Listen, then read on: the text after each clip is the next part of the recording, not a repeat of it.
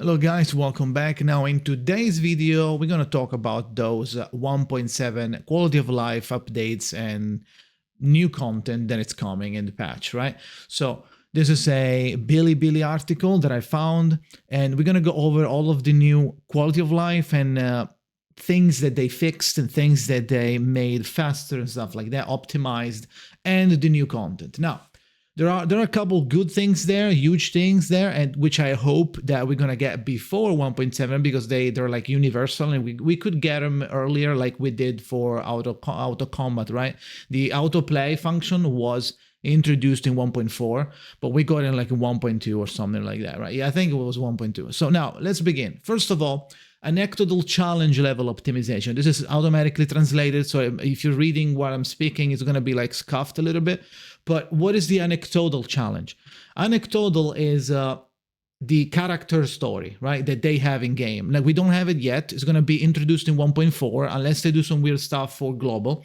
We're going to have it in 1.4, and it's a character story. They have reoccurring ones. They put new stuff every patch. Oh, this is new character story, and with the new character story also comes the challenge version of it, which is just you fighting 7 stages, 7 rounds of monsters, right? If you make it to the end, you get X amount of coins or like score, right? And depending on the cumulative score that you have, you're gonna get some rewards. Now, you want to do that multiple times over the course of its lifespan of the update, because you can't just get it immediately. You need 1 token to participate and do this like 7 rounds of fight, and every token comes from spending 100 stamina. So you can't really, unless you're a whale, maybe you can like force it a little faster, but I don't think you can do like 10 times in one day, right? 10 tries in one day. But the problem with this wasn't like the fact that you had to wait a couple days, that's fine, right? The problem was that it was very grindy because you couldn't automate it, right? You had to go in and either play yourself or make the autoplay do it for you. But autoplay is dog shit. So the autoplay usually made you lose way earlier than the intended score, right? Okay, say if you play yourself, you can make it to 7. If you play with the autoplay is gonna make you die at 5, right? So you get less points and it takes even longer. So what they're gonna do is introduce the replay. So you do your mega run, your perfect run, your giga chad run, and then you press that, you go back, do 4 runs, GG, right? And you do 4 runs, you consume 4 of those coins. So that's pretty good, and you don't have to do it every day because you can't just get infinite tokens. So you can go there like 1 or 2 or 3 days, every 2 or 3 days, and you'll be fine. Now, moving on, mains bulletin adjustments. What does this mean? Before, it was a little too demanding. Not that it was hard, but it was too hard to, no, it was too hard. It was too grindy. It took too long and it required too much. So you had to go there and do these bosses over and over and over. You had previously you had to reach 2.5 million cumulative score each boss, which means, if you don't know what that word means, it's basically in total. Like, oh, now you do 1 million, now you do 1 million, now you did 500,000. Cumulative number is 2.5. Now it's 850, which is easier. Now you can get all of the tickets per boss way earlier and way faster, and then you are done with it, right? So it's not that grindy anymore, which is good. Extra stuff for the jukebox, from 51 to 70, you get more material. So if you end up finishing earlier than normal, then you can get extra rewards by just because you played the game, so now you get extra rewards. It's not too super complicated. It's just like the normal stuff that you can see over here is just like a couple of Sharpodonti dust and the side tube XP. Now, Wasteland optimization, quality of life. Now you have a search function where you can search for certain wilderness tiles depending on which patch, stuff like that. It's whatever in my opinion, but also new voice lines for characters when the trust reaches 100%. Okay, cool. Now the good part is a new UTTU mode, parallel. It's normal UTTU, and then there's going to be a new place with 2 new zones. One is UTTU retail and one is UTTU joint sales office. Now, what is this? The name is all over the place. Like it's probably going to get changed, but the mode is composed by 6 stages. So that reminds me a little bit of the limbo structure. And you choose you lock in your 8 characters. And the special part of this is that if you lose HP, right, the next stage you're gonna keep the HP loss. So I don't know if you can't heal or if you just like you need to be careful to heal yourself. So because next time you might join a battle with very low HP and just die right off the bat, not being able to heal or something like that. So you need to keep that in mind as one more step to take into account when you're progressing through. And the unlocking progress is basically like you do stage 1, 2 unlocks, you do stage 2, 3 unlocks. You go ahead and you clear everything. Now, in this UTTU joint sales office, you will be able to borrow one character from your friends. Yes, they finally started doing that. Now, we're going to talk about more about that a little later, but I just wanted to finish the UTTU part and then we're going to talk about the borrow a friend character. Now, in this stage, you do the stage and you can get some card packs. They look like this. You can look some card packs. They look pretty cool, to be honest. They look like real packs. There's 9 in it in this case, but usually they're like between 5 or a little more, right? Total of 5 celebrity cards. I think 9 is how many packs does the screenshot have, this account has. So total of 5 celebrity packs you open. There's 5 celebrity cards, which I'm assuming it's referring to fate cards, the good ones, right? And if you let's see here. When you carry the celebrity card into battle, we have a special amplification effect. Each battle can carry 2 flashing celebrity cards, and each card can carry 1 celebrity card. This time, UTTU retail we enable the behavior currency function so that everyone can obtain card power more easily. Because every card can become decomposed into UTTU points.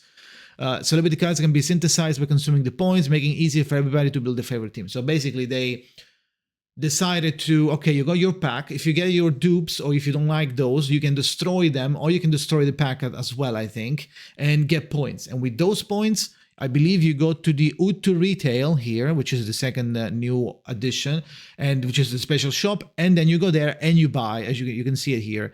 I'm assuming there's going to be the full catalog there. They have 1.6k point up there, and buying this Verting card is going to be 600. So eventually, it's going to be way easier for everybody playing UTTU to get the cards that you want as soon as possible if you have a deck in mind, right?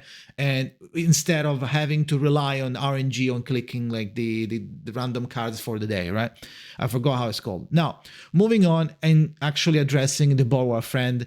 This is going to be another big quality of life that now works only for that UTTU special stage that they just introduced, but they plan on expanding it even further in other content as well, which is pretty good to know. Now, here you can see that you can share up to 3 characters. When you put them in your profile, those 3 characters will be able to get selected by your friends, and they can use your characters to finish their story or whatever they need to do. In this case, only UTTU, only that UTTU special joined place. But in the future, you can imagine something like Main's Bulletin or maybe even UTTU Limbo, where you need, oh my god, I don't have a mineral of Flados. What do I do?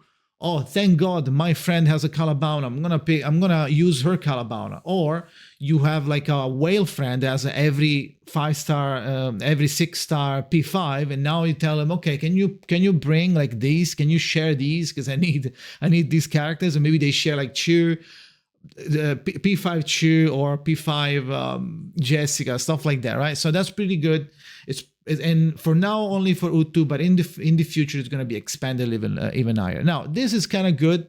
It's some quality of life that you didn't realize yet, but I personally I personally was wondering why the hell wasn't this a thing.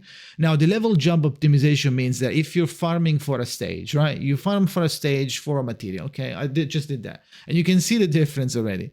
There's something missing, which means that at the bottom, see there, at the bottom, you can go back to the stage you were doing, right? But if I do this, okay, I farm the stage, 111 is the same stage. I click away, and it brings me all the way back to here, right? So, in the future, you will be able to click here and go back all the way to where you were before. And now you can do it in return to source button, right?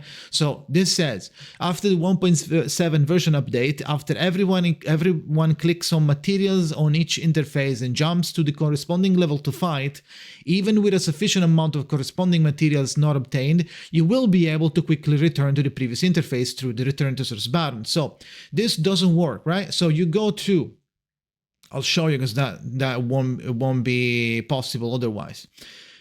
You go to, okay, I need to farm for this one. Let's say Sonetto i3, right? And I need this Luigi board. I'm gonna craft the Luigi board, and oh, I don't have the ingot. Shit. Okay, well I can do 311, I guess. No, let's do like, I can do 4. No, let's do one easy. 1.8. I can do 1.8, right? You do 1.8. You clear the stage, and after that, if you didn't get enough, you can go back. You can't because you didn't get enough. So if you get enough, you can go back. If you didn't get enough, you can click it, right? And that means that you need to do this. Oh, okay, I have enough. Boom, boom, right? You go back until you have the material. Oh, well, that's not the good one because I need to craft it, right? And then you click this one. Okay, now I have it. Go here and craft. In the future, you will be able to go back instantly, right? So that's pretty good. And that's something that I was wondering, why isn't that a thing from day one, but whatever, dude. Now, another good thing is optimization of daily and weekly active. What does that mean? If you did the daily, right? If you did it and you didn't click collect all and the materials are all up to grab there, but you didn't grab them, they're gonna get sent into your mail automatically so you don't lose them, and they're gonna be there for 30 days. Now, why would you possibly care about this? Now, there is a trick that you can do. The trick is basically doing that on purpose. You don't get your dailies and you save your candies for the next time or maybe the next patch. This way, since they stay there for 30 days, you will be able to amass a ridiculous amount of candies, right? For the day one of a patch, right? So, oh, I need to farm for this character, or whenever the new shop comes, right, from the story, or 1.4, right? Now, from now today to the 1.4, for the next 20 days, let's say, you can amass all the daily candies that you would have to use otherwise because they don't have a 20 days lifespan. So now in this case, you will be able to probably do this little trick and get some extra candies, which is pretty good. Then we have random stuff like character voice customization function. You will be able to switch which character speaks which language. Do you want them to speak English? Do you want them to speak their own language? You want them to speak Japanese? Only that character, right? You can be able to do that in the future. Now, adjustment of rewards for version preview activities. Due to changes in the content of version activities, we will adjust the rewards for 1.7 and later version preview activities in addition to development materials. Subsequent version preview activities will appear raindrop rewards. Take it as that is. It could be just a CN stuff. So the problem is that since so for the lifespan of 1.7, the reason why it's 1 week longer is because that last week where 1.8 would have started, there was going to be a holiday, a national holiday, right? So they decided to expand 1.7 one extra week and then do 1.8. I don't think this means that every patch is going to be 1 week longer. It's just 1.7 because the end was going to basically coincide with the national holiday. So they decided to do longer. So don't start thinking, oh my God, the patch is going to be even longer. Just 1.7. Just 1.7 because of that reason. And these are like other stuff, other rewards you get there. But this is like no point in reading those because it's going to be, it might be different.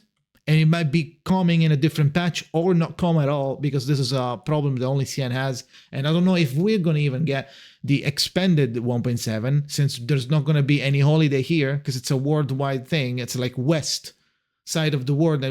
What are you going to do? Like stop every time there's a national holiday on each country? So they're not gonna give a fuck about that, I think. But that's it. I just wanted to give a heads up on what's happening, all the good things, all the quality of life, all the new content. Hopefully it was clear enough. If it wasn't and you have questions, leave them down below, or come to my stream when I'm live at twitch.tv/Jakazin. I think that's it.